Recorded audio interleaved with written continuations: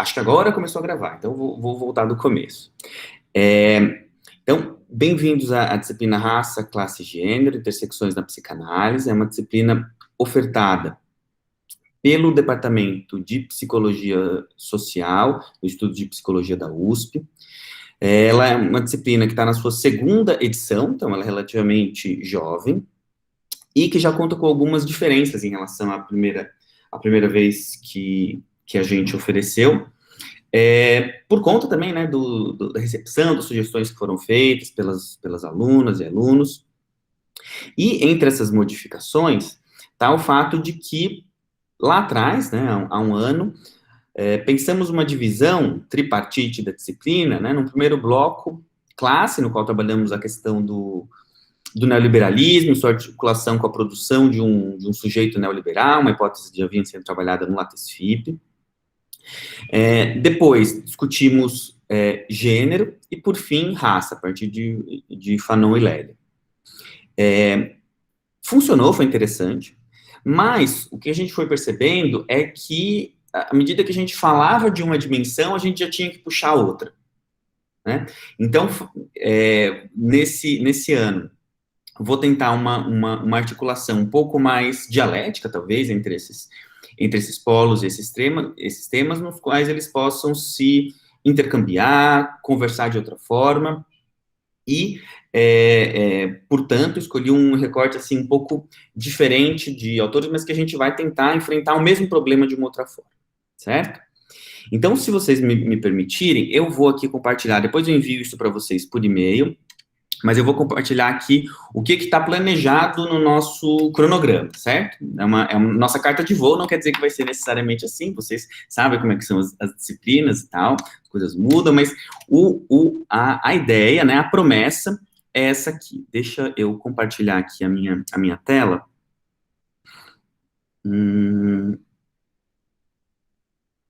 Aqui. Estão vendo essa página de Word aqui, gente? Só respondo no áudio porque eu não estou vendo vocês. Sim. Certo? Beleza. Então, hoje estamos aqui, 3/8, apresentação da disciplina. Semana que vem, a gente vai contar com um convidado. Nossa disciplina vão ter muitas convidadas e convidados, tá? Que é o Rafael Alves Lima, ele vai falar de racismo e sexismo no campo psi e a constituição da crítica no Brasil. A gente vai trabalhar 2 textos, né? Quase sempre a gente vai trabalhar 2 textos por aula. Primeiro, um clássico da Rita Segato, chamado Édipo Brasileiro, e um texto do próprio Rafael, no qual ele vai pensar a questão do Édipo Negro, a partir de outras autoras também, né, como a Lélia, que a gente vai trabalhar mais na frente, pensando na estrutura e o argumento dessa articulação entre Édipo, né, uma questão central para a psicanálise, e as possíveis relações que isso pode ter no contexto racializado brasileiro. Dia 17 de agosto, a gente vai contar com a aula da professora Clarice Paulon, também aqui do Instituto de Psicologia, que vai fazer uma aula sobre estrutura, discurso e gênero. Ela vai trabalhar 2 textos. Um, também da Rita Segato, né? Eu estou insistindo na Rita Segato, que ela não contava na primeira versão da disciplina, porque ela é uma autora extremamente importante, talvez uma das feministas mais importantes, assim, do Brasil, produzido na atualidade, e que ela se vale muito da psicanálise, e surpreendentemente, a psicanálise comenta pouco os trabalhos dela, então acho importante a gente trazer, e ela tem um livro, que chama-se Estruturas Elementares da Violência, está em espanhol, mas, enfim, acho que a gente, com um certo esforço, vai conseguir ler, para aqueles que não são versados em castelhano, e o capítulo vai ser o capítulo 5, as Estruturas Elementares da Violência, contrato, status na etiologia da violência. Tá? Então, eu vou disponibilizar a maioria, os que eu tiver em PDF, vou disponibilizar para vocês ainda hoje e envio por e-mail. E a professora Clarice vai trabalhar também o texto do José Miguel Bairrão, Máscaras do Conservadorismo em Psicanálise e Possíveis Antídotos. No dia 24, a gente vai ter uma aula sobre gênero, né, com o Felipe Latanzio, que foi um dos primeiros fez os primeiros trabalhos articulando de maneira um pouco mais focada a articulação entre gênero e psicanálise, tentando mostrar como o gênero, apesar de a gente ter ele como uma categoria, digamos, quase política, ou social, ou feminista, ele nasce no interior do pensamento psicanalítico. né? Ou, no mínimo, ali entre uma fronteira entre psicanálise e psiquiatria, até que ele é, digamos, politizado a partir da Gayle Rubin. Então, a gente vai trabalhar 2 textos do próprio Felipe. Dia 31, a gente vai contar com uma aula da Dodge Leal, que é uma professora da Federal da Bahia, que vai apresentar para a gente a ideia de fabulações travestis sobre o fim da psicologia, né? Ou seja, discutindo essa relação entre gênero e poder no interior do saber psi, né? Vamos contar com 2 textos dela, Fabulações travestis sobre o fim e Biotecnologias da cena. Dia 14 do 9, daí a gente tem feriado, dia 7 de setembro. Dia 14 do 9, eu vou dar uma aula, acho que finalmente, né, depois dos 6 convidados, sobre psicanálise e cisnormatividade, tá? E a gente vai contar com 3 textos meus, mas esses últimos são mais curtinhos, tá? Então, é equivalente aí a umas 40, 50 páginas. Uma psicanálise cisnormativa, o outro chama-se Gênero e Epistemologia Psicanalítica, e o terceiro, mais recente, se chama O Fio, o Cu e a Língua. O que será que vai vir, hein, gente? Aí, dia 21, a gente vai contar com a aula da Carla Rodrigues, que é uma filósofa, uma das principais pensadoras que tem trabalhado Butler nos últimos anos, e ela vai ter uma aula que se chama Butler como Teórica da Psicanálise, certo? Deve haver textos, mas ela ainda não me respondeu, mas já deixa marcado aqui que haverá. Estou esperando, chegando os textos dela, eu coloco lá no nosso drive. Dia 28 do 9, a gente vai ter uma aula sobre capitalismo, luta de classes e racialização com o Davidson Faustino, que também é filósofo da Unifesp, um dos principais pensadores decoloniais, pós-coloniais, descoloniais. Ele vai talvez falar dessa diferença, não diferença para vocês. Trabalhou bastante Fanon desde o doutorado, e a gente vai contar com 2 textos dele também, sobre essa articulação entre raça e classe, ou seja, não há, essa talvez seja uma das hipóteses da disciplina, como pensar essas dimensões separadamente, em especial num país como o Brasil, né? Então, a gente vai pensar a classe mais atravessada pela questão racial, né? Tanto de uma maneira mais geral, quanto especificamente no caso da Covid, né? Fazendo uma referência aqui aos Condenados da Terra, um texto do Fanon, o último texto do Fanon. Ele trabalha a ideia dos condenados pela Covid. Em seguida, dia 5 de outubro, a gente vai contar com a professora Natália Carneiro, que vai trabalhar um texto da Denise Ferreira da Silva, né, no âmbito da filosofia. A Natália é das sociais, a Denise é filósofa. O texto se chama A Ser Anunciado, uma praxis radical em conhecer os limites da injustiça, ou nos limites da justiça.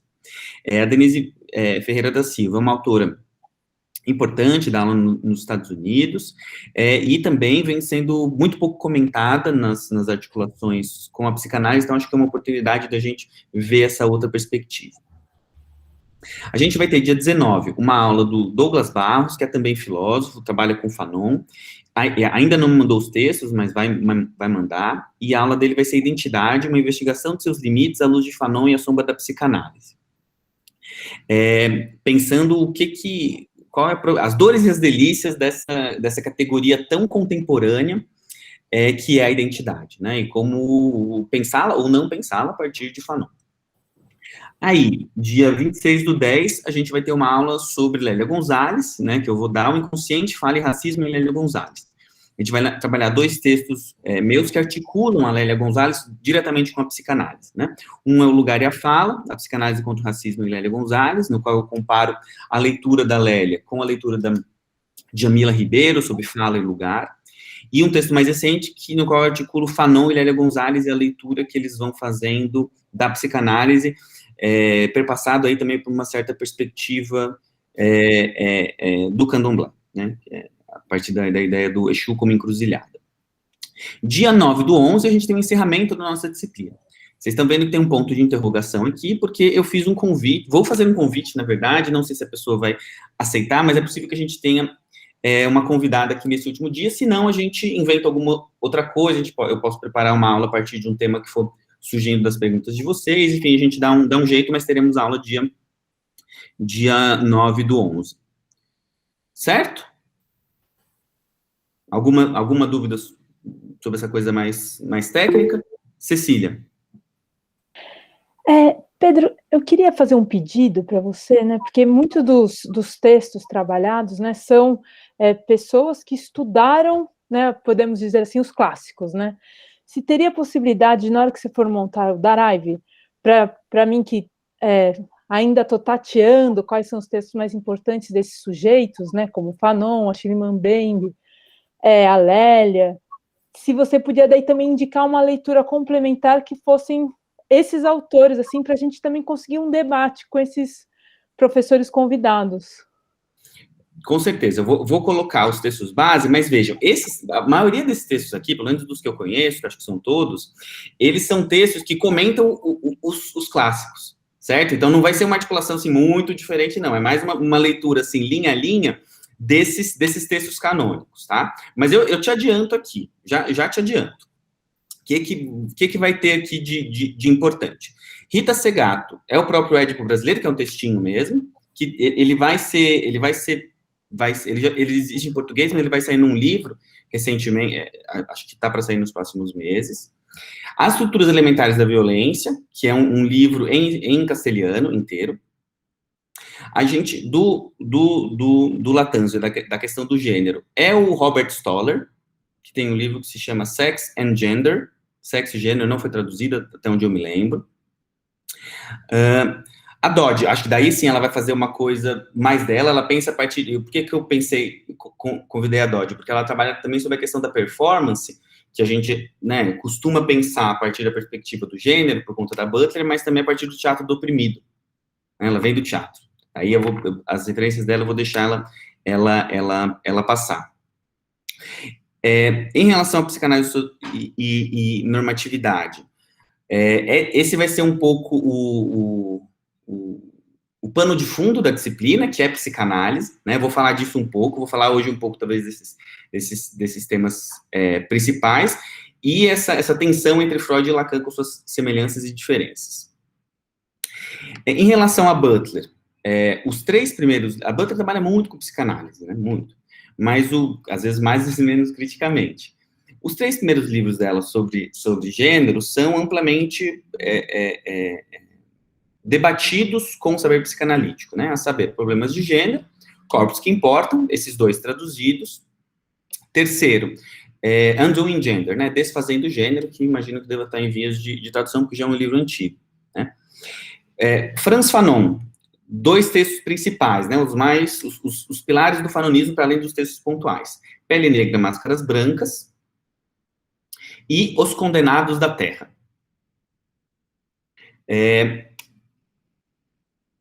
A Denise Ferreira da Silva, esse texto a ser anunciado, ele está num livro que agora eu esqueci o nome, mas eu lembro de colocar no Drive. O Douglas vai trabalhar, eu imagino, né? Pelo Pele Negra, Máscaras Brancas. Lélia Gonzalez, a gente tem, né?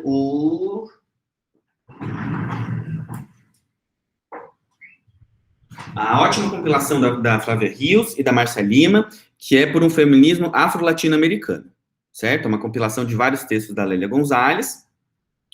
Os dois textos, assim, para os nossos propósitos, né, que é articular com psicanálise, principais da Lélia, são Racismo e Sexismo na Cultura Brasileira, e a categoria político-cultural de americanidade. Certo? Os dois estão aqui. E também tem na internet.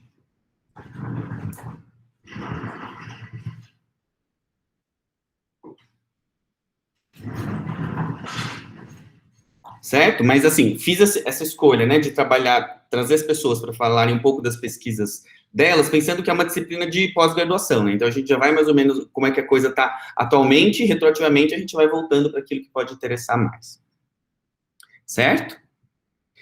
Bom, então, isso, a gente pode falar da avaliação no final, né? Essa parte mais chata, mas necessária também, depois a gente vê, mas não se preocupem muito com isso, vamos focar as nossas energias nos debates e afins.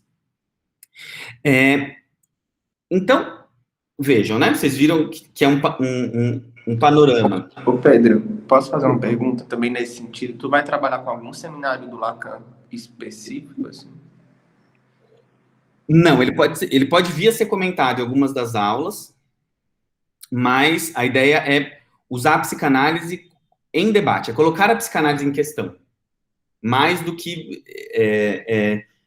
mostrar como a psicanálise pode responder tudo sobre raça, classe e gênero.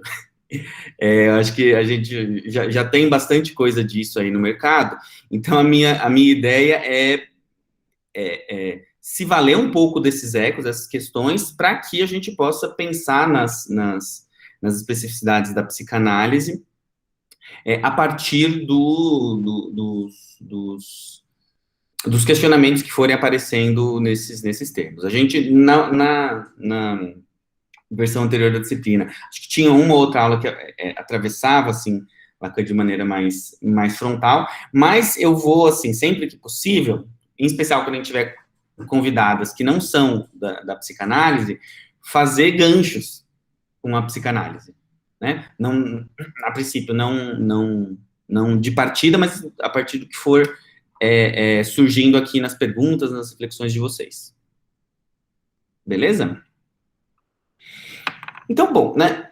Veja, falar desses temas, né, raça, classe e gênero, né, santíssima trindade da interseccionalidade, e que poderia ser outras também, né, a gente poderia colocar religiosidade, separar a sexualidade de gênero, pensar questões de capacitismo, por exemplo, né, uma escolha relativamente arbitrária, mas talvez é porque ela foi se colocando como um tripé sobre o qual tem mais produções, ela é uma escolha que, como vocês podem perceber, ela, se a gente juntar as pesquisas de vocês aqui, inclusive, ela levaria um projeto de vida, né? Seriam anos de pesquisa. A gente tem aqui um recorte muito específico na disciplina, que é ver a maneira pela qual essas reflexões, elas entram ou não em tensão com os pressupostos da psicanálise. Certo? Esse é o nosso desafio, e por essa razão, e também, né, por a gente ter muitas pessoas aqui que não são da psicanálise, que são de outras aulas, eu queria pedir licença aqui para vocês para fazer hoje uma apresentação mais introdutória, para quem não é da psicanálise, sobre qual é os pontos principais da nossa teoria do sujeito, né? O porquê que a psicanálise acaba sendo utilizada por muitas dessas pensadoras para atravessar suas questões. E digo isso por quê? Porque, a depender da nossa teoria do sujeito, as políticas, estratégias e táticas de transformação social se alteram. Né? Ou seja, a gente precisa ter clareza, ter um certo acordo sobre de qual sujeito se fala, né? É uma questão clássica do pensamento feminista. Quando a gente pensa, por exemplo, a ideia da Spivak, né, pode o subalterno falar, né? Ela é uma reflexão sobre o que é o sujeito, sobre quem pode falar, certo? E vejam vocês, né, essa ideia de política, estratégia e tática, ela é algo oriundo, né, da filosofia política, mais especificamente militar, né? São níveis de guerra, mas também são pensados para articular transformações políticas. E também são evocadas pelo Lacan, lá nos escritos, para pensar o que é a direção de um tratamento, né? O tratamento analítico, a partir da perspectiva lacaniana, ele conta com uma política, uma estratégia e uma tática, né? A política do descer, uma política de digamos, dissolução identitária, e vocês veem aqui que a gente já começa a ter questões com uma certa defesa de identidade. Bom, a psicanálise, ela tem como sua política um horizonte de não identidade. Como é que eu posso articular isso com políticas nas quais pensam a identidade como uma forma de vida, uma forma de defesa de minorias contra a violência? É uma das questões centrais que vai atravessar as tensões que a gente vai apresentar aqui, né? E essa articulação entre política e psicanálise, a partir, né, às vezes até de exemplos ou de frases lapidares, ela não é uma novidade, né? Vejam vocês, pensando na questão de gênero, uma das frases mais conhecidas do Freud sobre essa questão é enunciada na conferência introdutória sobre a feminilidade de 1933, a anatomia é o destino. Talvez se você já tenha ouvido essa referência do Freud. Freud vai dizer sobre a feminilidade que a anatomia, ela é o destino. É uma frase amplamente comentada, né? Bom, a gente pode pensar o destino como aquilo, na verdade, o qual a gente chega, não do qual a gente parte. Mas, quando o Freud menciona isso, ele está fazendo uma referência ao Napoleão. É uma frase que teria sido dita por Napoleão. E o mais interessante disso, e essa é a razão pela qual eu trago esse exemplo, é que o Napoleão diz duas coisas sobre o destino. E a gente não sabe exatamente a qual o Freud está se referindo. Por quê? Por um lado, Napoleão diz a geografia é o destino, falando de uma questão militar, mas Napoleão também havia anunciado que a política é o destino concreto do nosso tempo. Então, vejam que curiosa essa possível dupla inserção dessa questão, tal como Freud pensa, né, de gênero. Seria o gênero análogo à geografia, ou seja, algo dado ao qual a gente tem que se adaptar, ou transformar em certa medida, mas não totalmente. Ou o gênero, a feminilidade, ela é ligada à política. Portanto, ela é um destino no sentido de algo incontornável. Certo? Então, vejam vocês. Substancialidade versus ação. Dois polos que marcam também onde a gente vai poder colocar os debates dos desdobramentos entre psicanálise, gênero, classe e raça. Né? Ou seja, existe, e mais do que isso, né? Outra frase que deu, fui pesquisar porque eu fiquei muito causado por isso. Fui pesquisar, o Napoleão tem uma terceira frase no qual entra o destino, no qual ele vai dizer que, sobre a batalha, ele vai dizer o seguinte: já fiz todos os cálculos, o destino fará o resto. Ou seja, existe uma tensão também constitutiva entre estrutura e acontecimento. Né? Por que, né? Pergunta da esquerda nos últimos anos. Por que 2013? Por que naquele momento? Ou, a gente mais recentemente pode se perguntar, por que o Borba Gato só pegou fogo esse ano? E não em outro. Bom, existe um cálculo, existe algo que é dado pela estrutura, dirão os lacanianos, pelo simbólico, mas também existe um casamento que se dá pelo evento, pelo acontecimento, pelo contingente, em termos lacanianos, o real, certo? Bom, mas eu estava falando isso porque eu dizia que a maneira pela qual a gente vai fazer essa articulação depende da nossa teoria do sujeito, né? Ela impacta as nossas análises críticas e, portanto, nossos horizontes de modificação social. Pois bem, a psicanálise, ela se constitui, vejam vocês, já como uma certa crítica a um determinado modelo de sujeito, a saber, o sujeito moderno.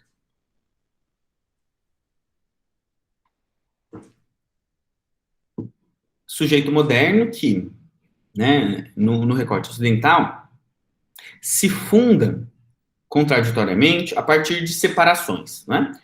Corpo, mente, razão, emoção e assim por diante. Mas são separações que acabam tendo como resultado a formação de uma unidade, a saber, o indivíduo. Né? O indivíduo moderno, idêntico a si, racional, ele é uma criação que não é necessária no curso de pensamento, mesmo no interior do Ocidente, ainda mais quando a gente pensa para fora dos limites coloniais, digamos assim.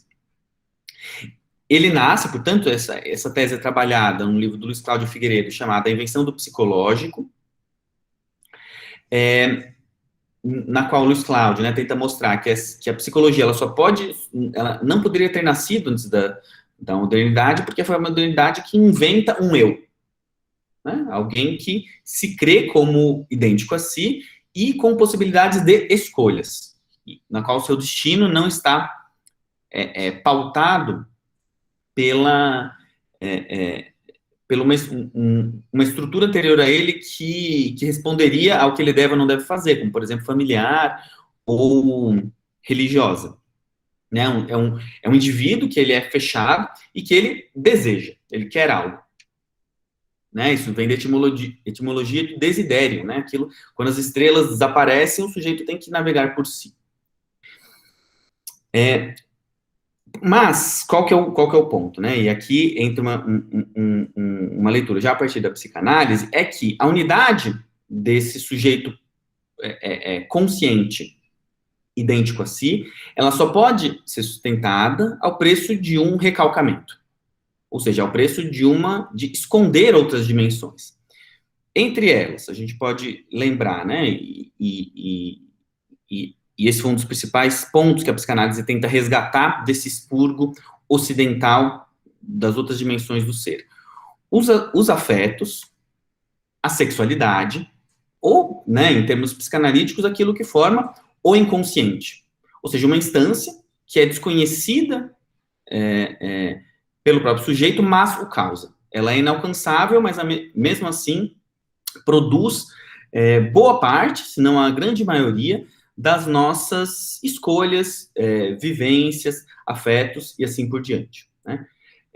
Mas não foi só isso que, digamos assim, para falar especificamente deixando para trás essa especificidade da psicanálise, que vai mostrar, bom, o sujeito não é tão uno, assim, tão indivíduo assim, porque essa fundação do sujeito moderno, ela deixa outras coisas para trás, né? Como, por exemplo, a mulher. Lembrem-se vocês que o texto que, digamos, funda a era contemporânea chama-se a Declaração dos Direitos do Homem e do Cidadão. Era uma carta de direitos da Revolução Francesa que dizia respeito ao homem, né? Tanto que, alguns anos mais tarde, a Olympe de Gouges fez a Declaração dos Direitos da Mulher e da Cidadã, né? Ou seja, foi necessário colocar uma diferença naquilo que se pretendia universal, né? Não à toa ela foi guilhotinada alguns anos depois, certo? Então, essa tensão, né, entre o 1 e o 2, falando dessa perspectiva de gênero, ela é fundamental para uma discussão que pode ser colocada em termos de identidade versus universalismo, né? Essa tensão, ela, de novo, dialoga com a psicanálise, porque, dentro do Freud, essa é uma polaridade que não se resolve. Somos dois ou somos um? E essa ideia, ela foi também trabalhada a partir de um autor, de um historiador chamado Thomas Laqueur, que diz assim, olha, parte do sucesso do Freud, deles continuar até hoje sendo muito comentado, é que ele consegue, na teoria dele psíquica, articular dois modelos históricos, né, de reflexão sobre a diferença sexual. A saber, o modelo do sexo único, que imperou, né, desde a antiguidade até a modernidade, segundo a qual existe apenas um sexo, né, a mulher é uma versão do homem, o órgão dela ela tem o mesmo órgão que o homem, ele só é invaginado, e por uma questão moral e de calores corporais, a teoria dos humores, esse órgão pode estar para dentro ou para fora, mas trata-se de um. E, a partir da modernidade, especial de uma discursividade biopolítica, a gente, como atualmente continuamos a fazer, pensa o sexo a partir de uma lógica dual, né, de que são dois órgãos que potencialmente teriam duas racionalidades, duas formas de estar no mundo e que são complementares. É a questão também da dita heterossexualidade compulsória. Pois bem, mas socialmente, a gente, e claro, né, nesse modelo grego, a mulher é vista como inferioridade, certo? Ela é um homem incompleto. Não é que ela é uma mulher, ela é um homem incompleto, ela é menos homem. Daí a ideia, e o Lacan liga isso ao Freud, a essa lógica da castração, né, de como os meninos reconheceriam ali as meninas como faltando alguma coisa, né, ou seja, somos um ou somos dois.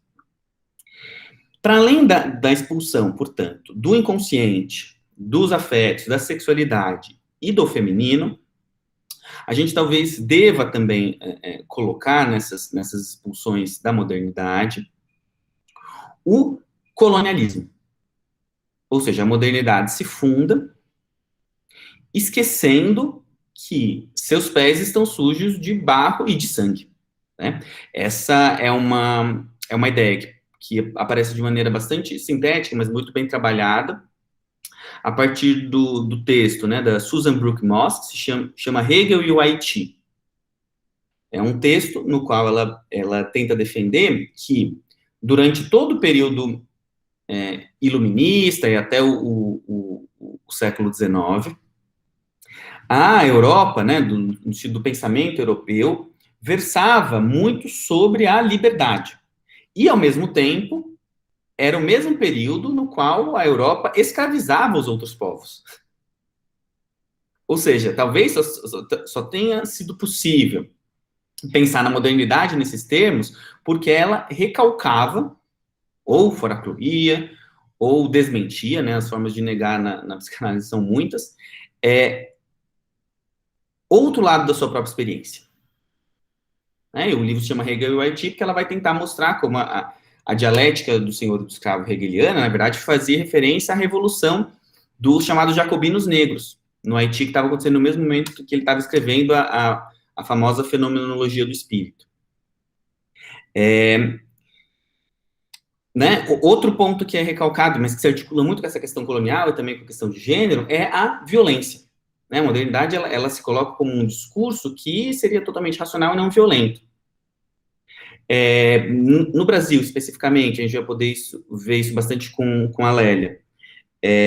Isso aparece a partir do mito da democracia racial, no qual a gente olha, né, o discurso dominante ainda, por mais que hoje já menos, mas o discurso dominante ainda enxerga o Brasil, ou sustenta uma visão do Brasil, na qual não existe racismo no Brasil. Vocês muito provavelmente já ouviram essa frase. Né? Não há racismo no Brasil. Ou seja, essa violência ela é apagada. Ou a ideia de, não, os portugueses fizeram um processo de colonização muito pacífico. Né? Os jesuítas cuidavam dos índios, e assim por diante. Ou, assim, até em relação também à questão tanto de gênero quanto de... Aí não raça exatamente, né? Mas quanto à questão da escravização, notem como a noção, por exemplo, de polis, quando a gente pensa, por exemplo, né?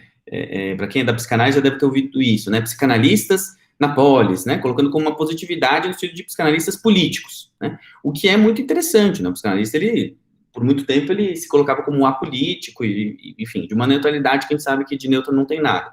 Mas a partir do momento que a gente evoca, né, uma categoria grega que era pautada na exclusão das mulheres e dos escravos, a gente, de novo, está deixando alguma coisa de fora para instaurar um determinado sujeito. Certo? E claro, né, isso é feito sempre, a gente sempre deixa alguma coisa de fora, né, não há uma teoria do sujeito que fale do sujeito na sua totalidade, né, isso é uma ilusão, a gente sempre vai ter que fazer escolhas, mas é importante que a gente saiba o que a gente está escolhendo, né, e quais os custos disso, né. Então a gente pode compreender as reflexões decoloniais como críticas radicais ao modelo iluminista, em todas as suas frentes, né, psicologia, sociologia, letras, urbanística, até se a gente pensar a discussão sobre as estátuas, né, estátuas de bandeirantes, mas Freud, a sua forma, assim como Marx e Nietzsche, foram uma primeira tentativa também de, no interior da própria modernidade, criticar esse modelo de indivíduo. Né, o Freud, sem muita modéstia, nomeia a psicanálise como sendo uma terceira revolução copernicana, ou seja, a gente teria tido um primeiro golpe narcísico, uma primeira ferida narcísica na humanidade, que acontece quando ela deixa de considerar que a Terra é o centro do universo, a partir de Copérnico. Um segundo momento, no qual Darwin demonstra que o homem não tem uma posição também de destaque frente às outras espécies. E, por fim, a psicanálise daria um terceiro golpe narcísico na humanidade, tentando mostrar que nem mesmo o eu seria senhor em sua morada. Né? Ou seja, a ideia a partir do inconsciente, segundo a qual as nossas ações elas são pautadas por uma outra coisa em nós, da qual não temos controle. E veja, se o eu não é mais senhor na sua morada, existe um eu e uma morada.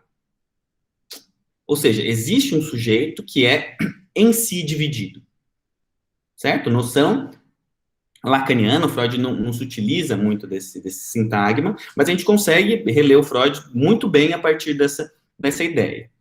O sujeito, para a psicanálise, portanto, é um sujeito dividido. E dividido pelo quê?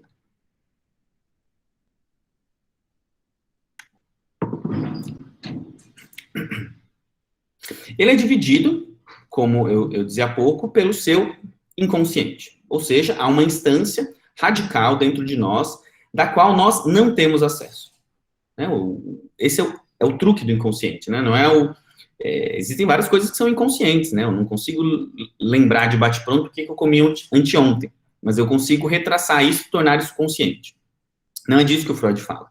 O Freud fala de uma instância que nós mesmos nos esforçamos sem saber para deixar recalcada.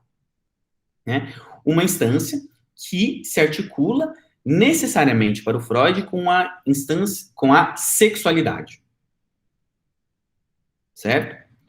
Então, veja, né, o Freud está fazendo tanto uma crítica à racionalidade, quanto uma crítica ao expurgo dos afetos e do sexual, né, o sexual entendido como sexual naquilo que ele extravasa do horizonte reprodutivo, monogâmico e heteronormativo, né? Esse horizonte sexual, ele era aceito na época, né, do Freud, chamada do vitorianismo. O que escapava a isso, né, ou seja, sexualidade feminina antes do casamento, homossexualidade, usos outros do corpo que não digamos, o papai e mamãe reprodutivo, tudo isso não era tido como sexual, isso era tido como um desvio, um crime, uma doença. Qual que é um dos grandes trunfos da teoria freudiana? É mostrar que esse é o coração da nossa sexualidade. Nossa sexualidade é isso. E, mais ainda, ela causa no interior da nossa vida, para além da temática diretamente sexual, ou seja, os sintomas, para Freud, são lidos como formas deslocadas de desejar, formas deslocadas de gozar, certo? E notem, não por outra razão, ele parte da escuta de mulheres para chegar até essa teoria do sujeito. Por quê? Porque a mulher burguesa, né? Aí a questão de classe, ouvida pelo Freud, é aquela que a qual na sociedade talvez fosse o lugar menos permitido de viver gerir os seus prazeres, tal como elas gostariam. Por quê? Porque a sexualidade estava restrita a um modelo monogâmico. Assim, ao escutar os efeitos nefastos de uma repressão sexual, o Freud chega a uma teoria do sujeito, que ele generaliza para todos, que tem o sexual como o seu núcleo. O sexual, vejam, em tensão necessária com o social. Daí, e já conversando aqui com uma questão mais contemporânea, por essa razão que a psicanálise, ela, apesar das críticas, ela consegue ser ainda utilizada pelo pensamento crítico. A Butler, por exemplo, da penúltima vez que teve no Brasil, mencionou que a psicanálise podia ser utilizada, por exemplo, a partir de uma ideia de uma pulsão queer, né? Ou seja, uma pulsão, nas palavras, nos termos do Freud, era uma pulsão perverso polimorfa, ou seja, a maneira que a energia que é colocada no interior da hipótese freudiana, que ainda tem certos ecos biológicos, de uma força no interior do organismo que precisa de uma satisfação, mas uma satisfação que não tem um objeto necessário, heterossexual, por exemplo.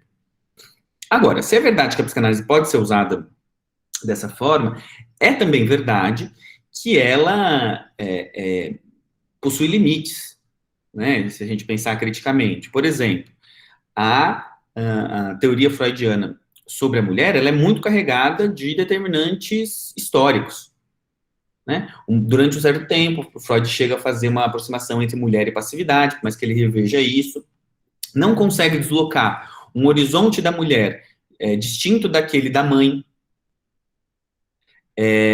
Fala, por exemplo, coisas absurdas, como o super-eu mais frágil das mulheres, né? Ou seja, elas têm teriam menos amarras morais do que os homens, quando na verdade a gente pode perceber que é justamente o contrário. Por outro lado, essa é a tensão que marca a utilização que a gente pode fazer do Freud. Porque, veja, se a gente pensar que, enfim, ele pessoalmente era um cara que, naquele momento histórico, tinha a sua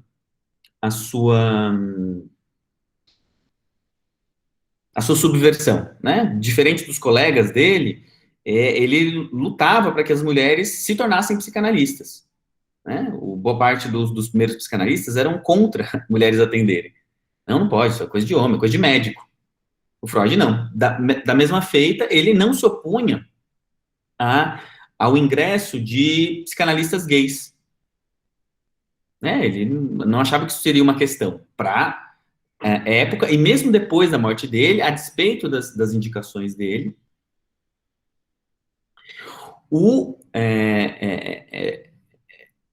a inteligência psicanalítica durante muitas décadas, impediu que gays se formassem psicanalistas. Certo? Então aqui a gente, claro, vai vendo uma articulação, e tentava justificar historicamente, né, uma articulação entre epistemologia e poder. Ainda em Freud, se a gente pensar a perspectiva famosa, né, falocêntrica, a partir da qual o psiquismo infantil, portanto, o psiquismo como um todo, ele é pensado a partir de uma... Pedro, deixa eu te fazer uma pergunta. Claro. As perguntas a gente pode fazer durante a aula, ou vai ter algum momento ao final? Eu pensei de deixar é porque hoje a gente está mais apertado, né? Uma meia horinha no final para a gente fazer perguntas. Eu vou tentar terminar rapidinho. Eu tinha várias outras coisas aqui, mas eu vou tentar terminar rapidinho e a gente vai para as perguntas. Mas anota aí. E por outro lado, né, um outro ponto que é reconhecido no Freud é a questão do falocentrismo. Então, por um lado, ele tem uma teoria que coloca o homem no centro, isso é problemático, a gente não precisa perder muito tempo falando disso. Por outro lado, é uma espécie de cavalo de Troia. Por quê? Porque quando ele diz assim, ó, a mulher se configura a partir de um órgão que não é dela, quando ele faz isso, ele deixa, digamos assim, a porta aberta para as nossas discussões de gênero acontecerem. Ou seja, o nosso gênero não depende do nosso sexo. Já que ele pode ser constituído, se a gente pegar a feminilidade como modelo, não a masculinidade como modelo, ora, toda identidade sexuada, ela é constituída em um certo descompasso com o seu corpo. Daí a vasta utilização da psicanálise por teorias de gênero, além da ideia, né, de que Freud menciona que, antes da Beauvoir, né, que para a psicanálise a mulher, a psicanálise não pode dizer o que a mulher é, mas ela pode dizer como a mulher se torna mulher, a partir dessa criança bissexual. A partir do Lacan, esses propósitos eles se tornam mais possíveis, porque o Lacan, entre outros, tenta retirar os ecos anatômicos e biológicos do Freud, colocando a ênfase não no organismo, mas na linguagem. E, né, feministas como a Juliet Mitchell, a Jane Gallup, a Andrea Nee, vão negritar esse ponto importante do Lacan. Foi ele que tornou o Freud, digamos assim, utilizável para propósitos feministas, por mais que o Lacan também tivesse seus pontos cegos e não eram poucos, né? Agora, outros aspectos importantes da psicanálise. Primeiro, ela é pautada por uma ética que compreende que o sujeito emerge na fala, né? Ou seja, não existe uma teoria a priori que diga que alguém é alguma coisa, nem mesmo o psicanalista, né? Não existe em termos clássicos. Vocês, talvez, quem não é da psicanálise, talvez tenha atentado para um detalhe que muitos de nós aqui, quando estavam se apresentando, falavam assim, eu atuo atuo a partir da psicanálise, ou atendo em consultório, ou seja, a gente tenta escapar de uma frase que seria banal, que é, eu sou psicanalista. Por quê? Porque o analista, ele é uma função. Ele é uma função que é instaurada pelo analisante, ele não é alguém, ele não é uma carteirinha, ele não é uma profissão. E isso vale tanto para o analista quanto para o sujeito. O sujeito não está lá, ele emerge a partir da fala dele. Certo? Então, vejam que a psicanálise ela tem, desde sempre, tanto na sua técnica quanto na sua teoria, uma perspectiva anti-essencialista do sujeito, né? Em especial a partir do Lacan. Né? Ou seja, a ideia de que o analista é uma função é fundada pelaquilo que a gente chama de um sujeito suposto saber, né? O analisante supõe um certo saber nesse analista e essa suposição tem efeitos. Nota de rodapé importante aqui pra gente. A noção de sujeito suposto saber vai ser usada pela Lélia Gonzalez para pensar a questão de raça. Em dois momentos. Num, ela vai dizer que a mãe negra, ela ocupa uma posição de sujeito suposto saber, né, no qual a criança vai supondo que ela sabe tudo, né, a partir dessa leitura sociológica dela, de que no Brasil as crianças brancas e negras são cuidadas por mulheres negras. Então, existe um momento de suposição. Por outro lado, isso pode parecer contraditório, Gonzalez também afirma que a cultura dominante, a cultura supostamente branca, e supostamente para Lélia é importante, supostamente branca, tem culturalmente uma função de sujeito suposto saber. Ou seja, a gente vai supondo que o Brasil seria um país branco e europeu. E é esse tipo de ilusão que ela quer destituir. Então, mas vejam, tudo isso vai embarcando a nossa discussão para um horizonte segundo o qual o sujeito da psicanálise, por mais que a gente tenha, enfim, a nossa teoria, ele emerge na fala, na transferência, como a gente diz, né, na relação entre analista e paciente, portanto, no contexto clínico, mas de uma maneira singular. Né? A psicanálise ela é pautada por uma espécie de radicalidade do singular. Não há como, né, chega alguém no consultório, eu vou já olhando para a pessoa saber do que ela está sofrendo. Isso para a psicanálise é anômalo. Né? Ou seja, a gente não supõe um sofrimento universal, e isso, na verdade, em relação até à questão de gênero, acontece desde o Freud. Um dos últimos casos escritos do Freud, que ficou conhecido como a jovem homossexual, é um caso no qual os pais procuram Freud, porque estão muito preocupados com a filha, uma questão meio de cura gay, assim, porque ela estava apaixonada por uma mulher mais velha, e o Freud fala, não posso fazer muito por essa menina, porque ela não está doente, porque ela não quer análise. Né? Mas, mesmo assim, vamos escutar, vamos ver o que pode ser, o que a gente pode pensar da homossexualidade a partir disso. Ele faz lá umas hipóteses, por que momento ela teria começado a gostar de mulheres, só que no final a gente vai vendo que ele vai dizer assim, isso aqui só vale para essa menina, eu não posso pegar essa hipótese e dizer que todo mundo é assim. Né? Então a gente vai, aos poucos, na psicanálise, caminhando para que, inclusive o final de análise pode ser compreendido como um momento no qual o sujeito consegue lidar com a sua singularidade de maneira menos conflitiva. Né? Ou, em outras palavras, se identifica o seu sintoma. Mas aqui a gente conta um problema, e é um problema que arma parte das nossas conversas aqui, né? Como a gente pode lidar com essa singularidade e com o fato de que existe raça, classe e gênero, e de que tem sofrimentos que não são tão singulares assim. Né? Que se você é um homem branco, professor universitário como eu, a sua gramática de sofrimento é uma. Se você é uma mulher periférica, soropositiva, é outra. Né? Ainda assim, é claro que existem singularidades aí, mas como fazer esses dois universos tão epistemologicamente distintos, a gente pode até dizer, mas tem um ponto de conexão, conversar. Então, esses vão ser um dos nossos desafios, né? Porque, enfim, chega uma pessoa negra no consultório. Para a psicanálise, digamos, clássica ou ortodoxa, eu não posso levar isso como um dado, porque depende do que a pessoa vai dizer, porque o inconsciente ele é estruturado como uma linguagem. Linguagem não tem cor, linguagem é um sistema puro de diferenças.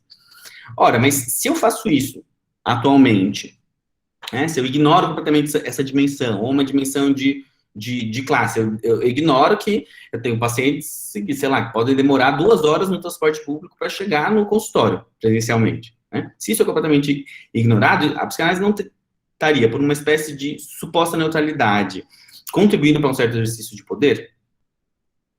Perguntas que precisamos armar aqui. Mas dá para entender também, porque a psicanálise vê com certas ressalvas as chamadas questões identitárias. Por quê? Porque, primeiro, como eu falei agora há pouco, existe uma razão de ordem teórica para entender que boa parte dos nossos sofrimentos são causados por uma crença muito arraigada sobre quem eu sou, né, em geral. Essa é uma diferença, por exemplo, do Lacan e de parte da chamada escola inglesa. Né? O Lacan entendia que o processo de análise deve ser um processo de dissolução do ego, e que a gente sofre por excesso de ego, não por falta de ego. Então, o eu, ele por ser uma ilusão moderna, como comentei há pouco, se a gente defende ele demais, ele vai deixando coisas para fora que vão voltando por outros lugares, a questão do sintoma. Agora,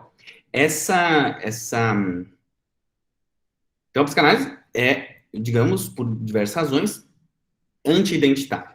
Também por conta de como a gente pode fazer uma leitura da questão do grupo na psicanálise. Um texto clássico do Freud, né, Psicologia das Massas e Análise do Eu, vai mostrando como o grupo, né, se a gente pensar nessa massa, até reduzir o argumento, né, fascista, identitária, né, o bolsonarismo é o mais identitário de todos, né, ela opera a partir de um silenciamento do sujeito. Ele começa a identificar com um grupo, perde o que é mais caro dele, Você tem pessoas muito diferentes que, de repente, estão fazendo a mesma coisa.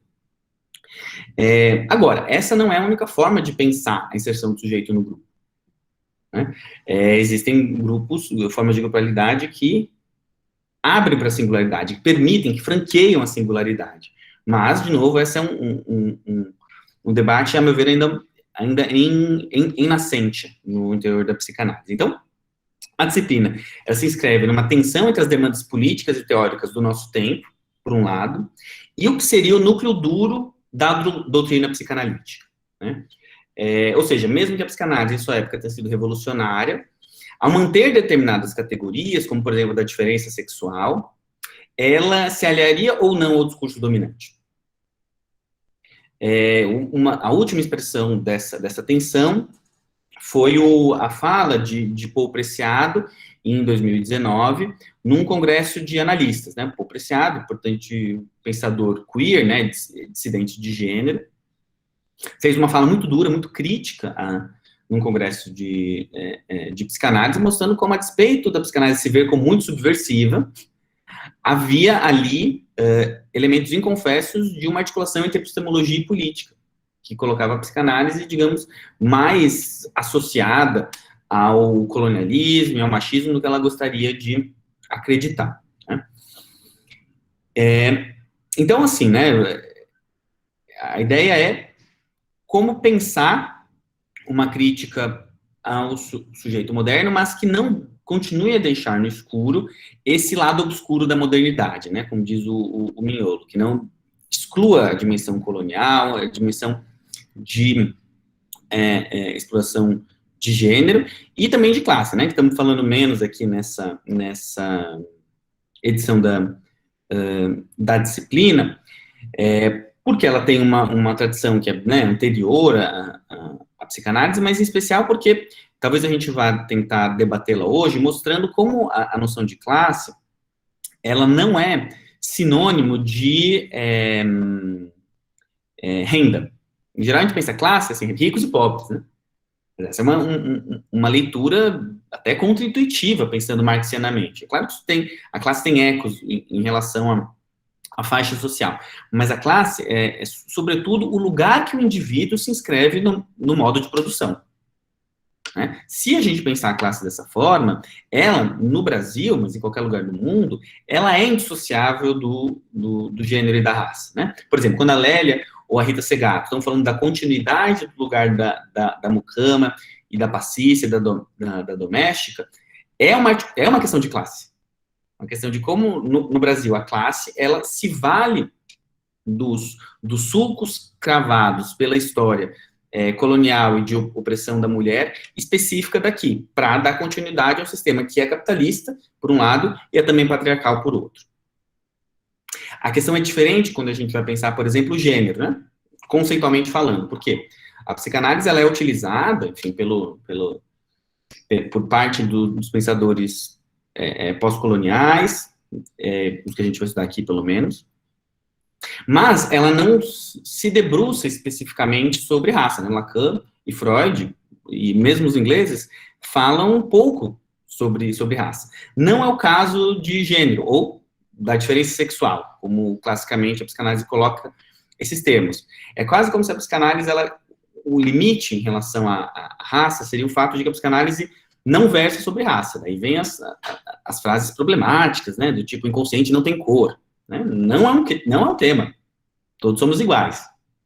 Por outro lado, no gênero, o problema é distinto, que é, nós temos nossa teoria de gênero. Nós já sabemos como o sujeito se posiciona frente ao masculino, ao feminino, qual que é o lugar da anatomia, etc, etc e tal. E quando aparece um outro discurso que tem uma outra perspectiva, digamos, de um saber sobre o sexo, a psicanálise, ela tende a estratégias mais defensivas, né? Do tipo, não, isso tá errado, não entendi, não leu a psicanálise direito, Preciado não leu aquele seminário do Lacan, lá, o 20 e tal. Ou seja, né? A gente vai tentar ir vendo como essas intersecções são qualitativamente distintas também, né? Por mais que a gente vá tentando ir articulando. Então, por fim, né? Eu fecho com aquilo que eu falava há pouco. O objetivo da disciplina não é ser uma disciplina no qual a psicanálise possa dizer coisas sobre raça e gênero, mas como ela é impactada por isso, do ponto de vista teórico e clínico, e 2, qual a leitura feita por autoras e autores sobre a psicanálise quando vão atravessar questões de raça, classe e gênero, certo? Como estão usando a psicanálise? Se a psicanálise não se usa, digamos, para pensar essa questão, por que que esse pessoal, né, com tantas teorias psíquicas à mão, vão escolher a psicanálise para poder fazer suas lutas, certo? Então, faço esse panorama só para quem é de muito longe da psicanálise saber mais ou menos onde está aterrissando e por onde as nossas conversas vão andar, certo? Vamos abrir para perguntas e no final eu falo sobre avaliação. Se não der, eu posso começar a aula que vem falando sobre avaliação, porque isso é mais tranquilo.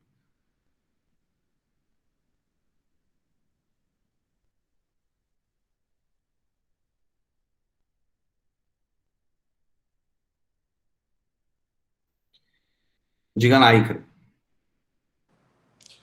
No curso lá da CUT, que tu estava ministrando, né? Eu acho que tu falou alguma coisa sobre esse conceito de pulsão e Lacan já ser criticado, assim, pelos lacanianos ser um conceito criticado. Eu não sei se eu escutei errado, mas existe um outro conceito que dê lugar a isso e talvez esse outro conceito escape dessa noção sugerida pela Butler de uma pulsão queer. Tipo, qual foi o outro conceito?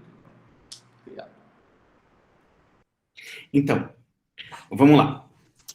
Eu tratei aqui, né, Lacan e Freud de maneira mais ou menos próxima, mas é importante dizer que há uma diferença, se não uma ruptura, entre esses dois autores, certo? O Freud se ampara em uma perspectiva moderna, científica, romântica, né, no sentido do romantismo alemão, e tem como, claro, se separa da medicina, né, porque ele percebe aquele sofrimento neurótico das mulheres, ele era maltratado pela medicina, em todas as acepções do termo. Isso acontecia porque, por exemplo, a noção de corpo era uma noção estritamente biológica, né, não levava em conta o psíquico, né, daí que a cara dos primeiros sintomas histéricos era a conversão, né, ou seja, essa passagem para o somático daquilo que seria uma ordem psíquica, certo? Mas percebam que para explicar isso em Freud, a gente precisa contar com uma dualidade que é, por exemplo, corpo e mente, certo? Psíquico e somático. A definição do Freud para a pulsão é a fronteira entre o psíquico e o somático.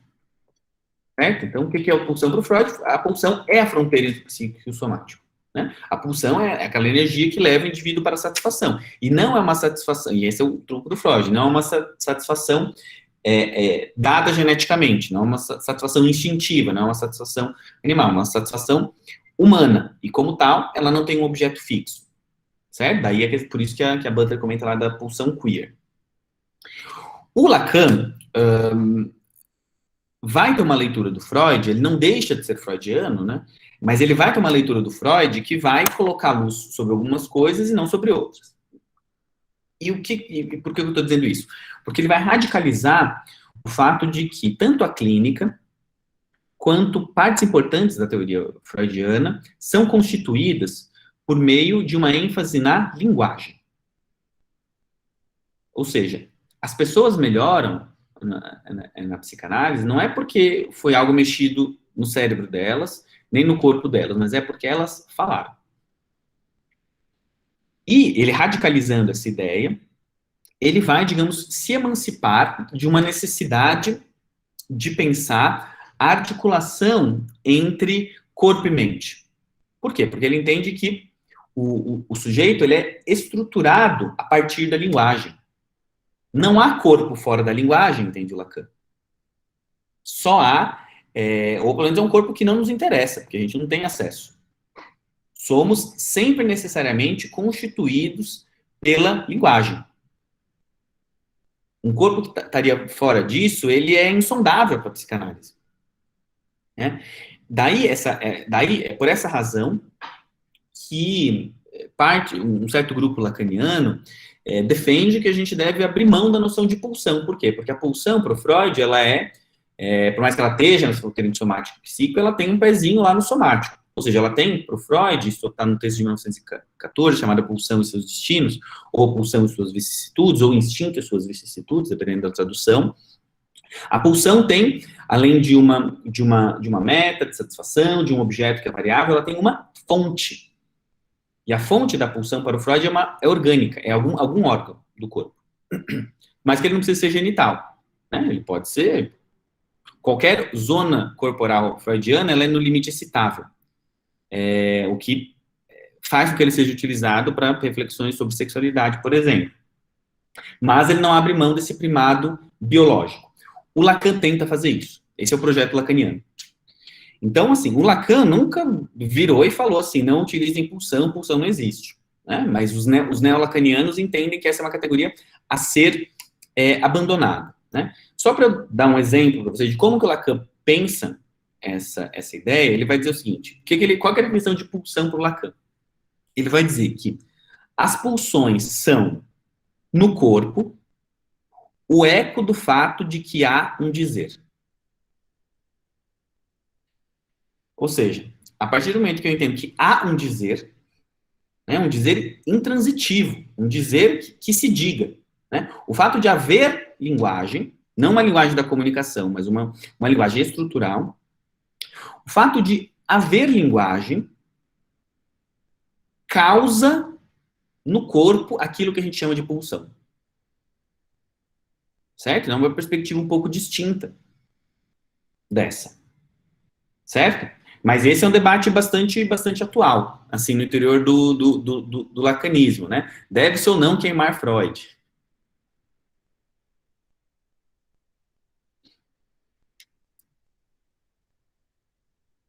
O que mais, pessoal?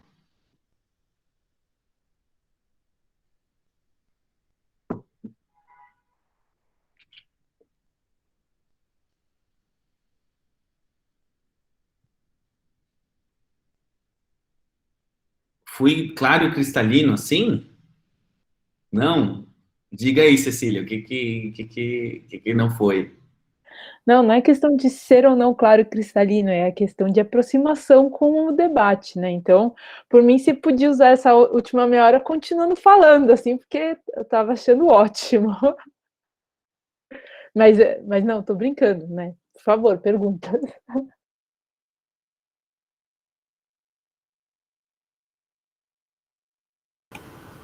Eu tenho uma pergunta, não sei se é um pouco óbvia para quem é da área, mas a partir daquele terceiro momento que você comentou sobre o eu não ser mais o senhor da sua morada, né, para psicanálise, eu queria saber como que fica então a questão da escolha. Parece que se existe o inconsciente que rege parte disso, pelo menos até onde eu entendo, como que fica a escolha e as mudanças que esse sujeito que tenta se desconstruir moderno passa ao longo do tempo. Então, esse é um tema, assim, abordado, mas, ao meu ver, pouco abordado no interior da psicanálise. Por quê? Porque a psicanálise, ela fica no meio do caminho entre duas polaridades, certo? Uma polaridade que eu nomearia como contingente e outra como normativa. Por quê? Se a gente pensa o inconsciente freudiano, por um lado, ele fala de uma certa contingência, né? O fato de que, por exemplo, eu vou falar com o meu crush e, de repente, cometo um ato falho. Certo? Fala uma coisa que eu não deveria falar. Alguma coisa me toma. Certo? Algo causa em mim que me desestabiliza. Certo? Então, eu sonho com uma coisa completamente esquisita, que não tem nada a ver com o que eu quero. Né? E Freud vai defender, não, na verdade tem. Ou seja, as formações do inconsciente, ou sintomas, né? Eu preciso conferir, trancar a chave 3 vezes, subir e descer do meu prédio, senão eu não consigo sair de casa. São contingências, são coisas que eu não controlo, não sei de onde vem isso. É uma coisa que está em mim. As pessoas começam o seu processo de análise, elas, estou aqui com uma coisa, não sei o que é. Certo? Então, há um certo polo, digamos, de descontrole. Correto? Por outro lado, a psicanálise ela tem também essa polaridade que eu chamaria de normativa, porque ela precisa explicar esse descontrole. Certo? Senão é um n'importe quoi, né? Qualquer coisa. É coach quântico. Não, não é coach quântico. Porque a psicanálise tem uma teoria sólida sobre qual é a estrutura que propicia essa contingência. Por exemplo, se a gente voltar lá no inconsciente, quando a gente vai ler a interpretação dos sonhos, a gente vai notando que, por mais que o que Freud quer fazer na interpretação dos sonhos? É mostrar que toda essa coisa louca que a gente sonha, na verdade, é pautado por regras. Tem regras de formação do sonho, normas, condensação, deslocamento. São mecanismos que o sonho tem para transformar um desejo em uma imagem que a gente lembra quando a gente acorda. O Lacan vai trabalhar isso a partir de fórmulas. Primeiro, fórmulas linguísticas. Vai transformar conexão e deslocamento em metáfora e metonímia. Uma troca de um significante por outro. Mais à frente, ele vai trabalhar com topologia. E com quantificadores. Né? Existencial, particular, universal. Ele vai, ou seja, tentar mostrar como há uma estrutura do inconsciente, mas que ela não seja acessível a nós. Certo? Ou seja, o inconsciente ele é lógico, mas ele também desafia a lógica. Por que eu estou fazendo essa volta? Para te explicar que esse é um problema que impacta a nossa noção de escolha. Ou seja, sempre há uma escolha inconsciente. Só que não quer dizer que ela seja necessariamente subjetivável e que ela possa vir à consciência. Certo? Porque a sua pergunta talvez seja, qual que é o lugar da ação? Qual que é o lugar da escolha? Agência, né? Como se diz hoje em dia, nessa tradução do inglês, do agency. Como é que a gente escolhe? Eu tendo a achar que é um campo pouco debatido para a psicanálise, porque ela tende a dizer, né? Ela foca mais sobre como a gente não age, como a gente não escolhe. Como as nossas escolhas, elas, na verdade, são ilusões. Né? Ou melhor dizendo, as nossas escolhas não são ilusões, mas a narrativa que a gente cria sobre elas são ilusões. Certo? Pensa, por exemplo, no complexo de Édipo. Né? O famoso, a gente vai discutir ele um pouco, já a partir da aula que vem. O que é o Édipo? Ele é uma maneira pela qual as escolhas da nossa vida adulta são pautadas por recalques da nossa infância. Certo? O Édipo não é esse negócio assim de botiquim, do tipo, eu gostava da mamãe, quero mamãe. Entendeu? É uma leitura muito rasteira do Édipo.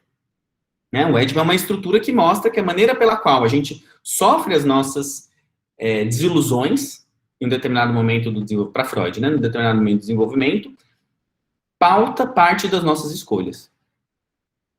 Né? Ou seja, não há nesse sentido, a psicanálise, ela concorda com uma certa crítica à racionalidade neoliberal, que prega que o sujeito é livre para escolher o que ele quer.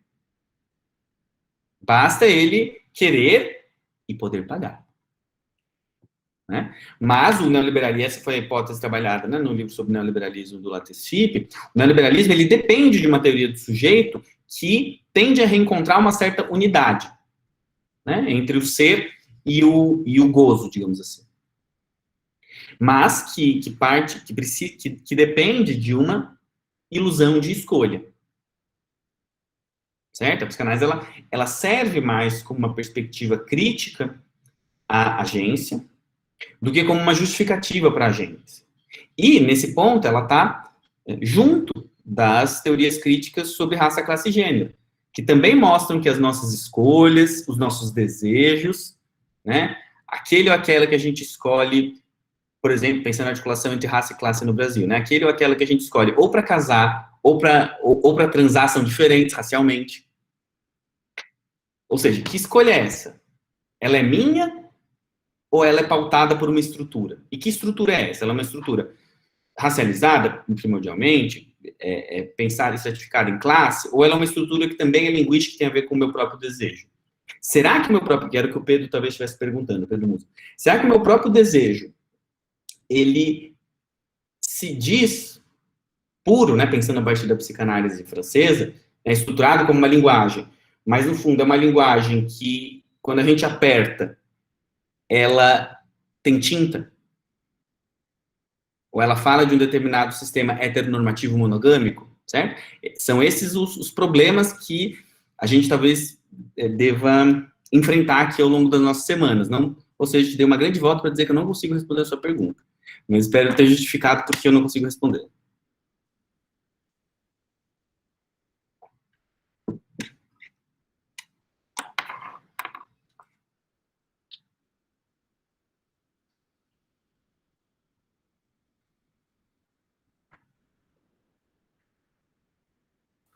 Professor, eu fiquei pensando, né, que essa questão da escolha, como a Bruna disse aí, né, ela também, ela problematiza uma coisa assim, porque parece que ela deriva de uma ideia consciencialista, né, de que nós somos senhores, o contrário do que a psicanálise vai mostrar, né, de que nós somos senhores dessas escolhas. E acho que o capitalismo também, o discurso neoliberal, ele vai se apropriar disso, até para justificar aquelas pessoas que estão numa condição vulnerável socialmente, né? Falar, ou seja, ela está naquela condição por conta que ela escolheu estar ali, né? Como tentar justificar a meritocracia, por exemplo. E eu acho que nesse sentido a psicanálise, ela dá ao mesmo tempo que ela dá uma ideia de desconforto, né? Porque você vai falar, pô, então não sou eu quem está escolhendo, então quem é que está, né? Mas eu acho que ao mesmo tempo ela também dá um horizonte emancipatório nesse sentido, assim, de pensar o que te influencia, na verdade, né? Correto. A psicanálise, ela anda nessa corda bamba. Por um lado, ela, né, por ser um saber criado a partir de uma escuta clínica, que quase sempre é individual, pode correr o risco daquilo que é criticado, a meu ver, pertinentemente, de ser uma eterna responsabilização subjetiva. Né? No qual, bom, você está aí, você está culpado disso. Quem estuda Lacan já deve ter ouvido coisas do tipo assim, o sujeito tá lá fudido, perdeu o emprego, tá tirando cocaína o dia inteiro, e fala assim, não, mas tem que ver qual que é o gozo nele nisso.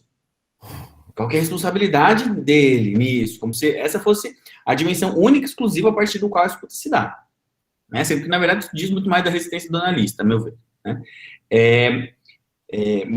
Mas que não é totalmente impertinente, porque, enfim, nosso trabalho é entender por que o sujeito ele enganchou daquele jeito naquela situação. Né? A gente também não silencia o sujeito. Por outro lado, como você também pontuou, um motor crítico da psicanálise, anti-identitária, digamos assim, é mostrar como o sujeito ele é causado desde fora. Ele é um efeito, né? Nas palavras do Lacan, o desejo do homem é o desejo do outro, né? Uma ideia que ele pega lá do Kojève, que pega do Hegel, né? Ou seja, sou causado, sou constituído desde o outro. Portanto, outro pensado como uma categoria de alteridade radical, certo? Uma categoria desencarnada, o chamado grande outro, do Lacan, que é uma instância pensada, né, num esforço dele de formalização como desencarnada, né? Não existe um grande outro, né? Ele é uma pura estrutura, uma pura forma. Ele vai chamar o grande outro, por exemplo, de um lugar, ou do tesouro dos significantes, né, onde ficam aquelas palavras que me marcam, e assim por diante. Porque o Lacan estava imbuído num projeto maior, que era o projeto estruturalista, pelo menos num grande parte do período do seu ensino. Ou seja, o debate que ele tinha na época, em Paris, era um debate que buscava pensar os problemas sociais, mas no caso dele, psicanalíticos, a partir da noção de estrutura. Ou seja, os elementos, eles são efeitos de uma estrutura. E, claro, isso pode nos servir para se perguntar, bom, esse grande outro que constitui, né, o sujeito, eventualmente a cultura, né, um passo metodológico que, por exemplo, a Lélia Gonzalez dá. Isso que constitui o sujeito é de uma estrutura, né, tão sem cor assim, tão sem raça assim, tão sem gênero assim? Talvez não. Agora, qual que é a nossa dificuldade? É encontrar detalhes dessa explicação que escapem desses dois demônios, né? De um lado, uma hiperindividualização e, de outro, uma hipersociologização, do tipo, bom, então se a estrutura é essa, se o racismo é o sintoma da neurose cultural brasileira, como diz a Lélia Gonzalez, não há espaço para agência, porque foi constituído assim, eu como homem branco, eu só vou poder perpetuar isso e resta silenciar e aceitar, né? Por outro, né? Esse talvez possa ser um perigo, mas ele não é maior do que um outro, quer dizer, não, o inconsciente estudado como uma linguagem, todo mundo fala, as pessoas gozam das suas situações de opressão, senão elas não estariam lá, e a psicanálise, ela, para continuar sendo uma prática clínica, deve permanecer neutra. Né? Que tipo de síntese vai ser possível entre os dois polos é o que a gente vai ver aí nas próximas semanas. Legal.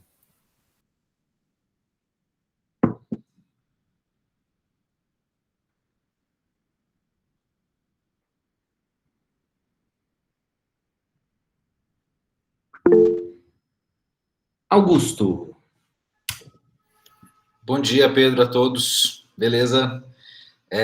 Esse debate aí sobre a escolha, entre contingência e determinação, né, fica me lembrando a época mesmo estruturalista ali do Lacan, ele estava em franco debate com os sartrianos, né, com uma noção de escolha revolucionária radical, de autorresponsabilização pela revolução comunista ali, naquele momento, na França, né? E o estruturalismo e o próprio Lacan estão se contrapondo a essa noção de escolha, de uma escolha que, naquele momento, tinha como vistas, muitas vezes, a revolução comunista. Fico pensando nesse debate nosso sobre interseccionalidade, essas noções de escolha com esse lastro político, né, revolucionário, a noção de escolha como uma responsabilização pela mudança da sociedade, como é que dialoga com essa corda bamba aí que se descreveu tão bem entre contingência e determinação. E lembrando que a própria psicanálise de Lacan traz a noção de ato, né, que talvez seja muito próxima a essa escolha radical sartriana, assim, em outra volta. Enfim, queria trazer esses ecos que me veio à cabeça ouvindo esse debate. Uhum. Não, bem lembrado. Para continuar o debate a partir da pergunta da Bruna, existe sim essa outra dimensão de fazer, que não é um fazer, digamos, determinado pela escolha, mas é um fazer que subverte essa lógica, segundo a qual há um sujeito consciente que racionaliza, toma, e essa é uma noção neoliberal, é uma noção do... Meu Deus, como é que é o nome do neoliberal lá, escrotão? Todos são, né? Mises, von Mises. Que o von Mises é o melhorzinho, assim, epistemologicamente, entre esses caras, dos neoliberais. E veja, isso que é um ponto interessante. Todos os neoliberais clássicos, né, do século até os anos 30, eles tinham teorias do sujeito antes de terem teorias econômicas. Teoria econômica é um resultado da sua hipótese sobre o sujeito. E para o von Mises, mas para os outros também, o sujeito, ele opera a partir de uma lógica de cálculos de risco e de quanto ele vai ter retorno numa determinada ação, certo? E se você conversar com boa parte dos economistas até hoje, é isso que eles entendem, como eles vão supor que o teoria do jogo, toda essa conversa, ela tem como base um sujeito que escolhe. Certo? Uma outra forma de pensar a ação é a partir dessa ideia de um ato que não pressupõe um sujeito que escolhe antes. Ou seja, um ato, é o contrário, é um ato que funda um sujeito. Né? A ideia do Lacan, por exemplo, das figuras que ele traz isso, é a travessia do Rubicão, né? A partir do momento que você atravessa uma determinada fronteira, algo se modifica. Algo acontece. É um ato que funda um sujeito. Né? Muitos... E ele traz isso para a dimensão clínica também, né? Que é uma coisa meio complicada, assim, mas complicada até no bom sentido. De que tem coisas que a gente faz na clínica que a gente faz e depois a gente vai entender porque a gente fez. Né? Mas isso funda um certo lugar para o analista e isso diz respeito ao analisante também. Né? O analisante, às vezes, ele faz coisas que a gente... Né? É muito comum isso na supervisão, né? Você fica pensando, nossa, eu fiz aquela intervenção e 2 sessões depois ele fez um negócio que é um acting out. Ele fez uma coisa que ele deveria fazer, saiu aí, fez um negócio que não tinha nada a ver com ele. Bom, mas será que não tinha nada a ver com ele? Ou a partir do momento que algo é feito, retroativamente eu entendo que eu já não sou aquele que era antes. Certo? É uma outra forma de pensar o ato, a atuação, o fazer. O que, guardadas as grandes diferenças, é uma espécie de subversão da lógica entre agente e ato que está presente também na Judith Butler, quando ela vai pensar o gênero como um ato performativo. A saber, não há um núcleo de gênero posto em mim que faz coisas, por exemplo, eu sou homem, então eu tenho que, sei lá, gostar de futebol, ficar andando na rua, sei lá, de peito estufado, sei lá, como é que é, faz isso. Mas isso é que funda, na verdade, quem eu sou. É por ficar fazendo isso, é por ficar indo no banheiro que tá de azul, e por ficar fazendo determinados comentários, isso vai dando uma ilusão de que há alguma coisa em mim essencial que eu possa chamar de gênero masculino. Ou seja, ela não está falando de um ato que funda o antes e o depois, como é o caso do Lacan, né? Ela está falando de uma reiterações performativas, entre outras razões, porque ela parte de uma teoria da linguagem diferente, né? Que não é a do Lacan, mas a gente tem também, de novo, essa ideia de que o fazer, ele não pressupõe um sujeito consciente. Agora, outro ponto para voltar ao começo da pergunta do Augusto. Bem lembrado, né, o debate lacaniano, digamos assim, epistemologicamente, tinha essa diferença, esse atravessamento com o Sartre, o existencialismo, que era pautado também por questões políticas, no sentido da revolução, mas isso também tem um custo para a psicanálise. Um custo que talvez não seja um custo baixo. Ou seja, a psicanálise, ela se ampara exceto por algumas raras e honrosas exceções, né, como Freud do marxismo e tal, mas que vão ficando apagados na história, a psicanálise, ela em si tem poucas asseverações sobre como empreender uma transformação social. Por quê? Porque ela está criticando o sujeito, que a princípio, né, é aquele que, classicamente, precisa ter uma certa unidade para fazer uma transformação social. Agora, isso também é uma questão do nosso tempo. Por quê? Porque as contradições do capitalismo, elas, classicamente, ou talvez otimisticamente, vão fazer com que a classe trabalhadora tome consciência da sua opressão. E isso faz com que uma determinada unidade se forme e que tenha um objetivo muito claro e nada inconsciente de destituição do capital. Né?